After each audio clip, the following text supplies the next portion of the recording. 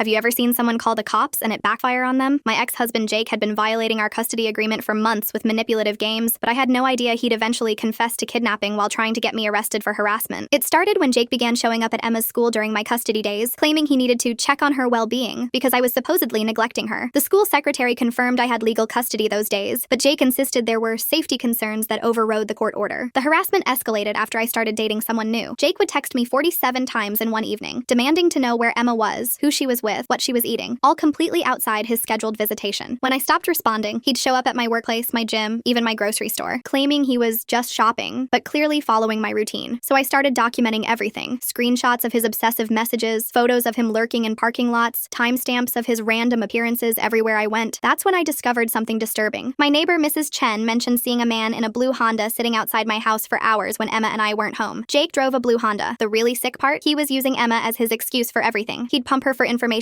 during his weekends. Does mommy's new boyfriend sleep over? Does he touch you inappropriately? You can tell daddy if something bad happens. Then he'd text me claiming Emma had expressed concerns about my parenting. But here's where someone calls the cops on themselves. One Friday evening, Emma didn't come home from school. I panicked, called everyone, checked with friends' parents. Nothing. Jake's phone went straight to voicemail. At 8 p.m., I finally called the police to report Emma missing. 2 hours later, Jake called from a hotel 3 counties away. Emma's safe with me. She told me you've been leaving her alone at night to go party with your boyfriend. I had to protect her, but it was my custody weekend. Jake had literally kidnapped our daughter. I rushed to the police station with our custody agreement. The officer was taking my statement when Jake burst through the doors, Emma in tow, shouting about my unfit parenting. He marched right up to the desk sergeant. I want to file a report about child endangerment, he announced loudly. This woman has been neglecting our daughter, leaving her with strange men, creating an unsafe environment. I had to remove Emma from danger. The desk sergeant looked confused. Sir, are you Jake Morrison? Yes, and I demand you arrest this woman immediately. Mr. Morrison, you're actually under arrest for custodial interference and kidnapping. You just confessed to taking a child during the other parent's legal custody time. Jake's face went from righteous anger to pure terror. But she's unfit. I was protecting Emma. Sir, you admitted to taking the child without permission during a time when you had no legal right to her. That's kidnapping, regardless of your reasoning. The officer turned to me. Ma'am, do you want to press charges for the harassment as well? We have all those text screenshots you provided. Jake had walked into a police station and confessed to multiple felonies while demanding my arrest. The body cam footage captured him admitting to removing Emma from my home without permission, violating the custody order, and months of stalking behavior. He lost all unsupervised visitation rights. Turns out he'd been planning this rescue for weeks, documenting everything he thought would make me look bad, but accidentally creating evidence of his own criminal behavior instead.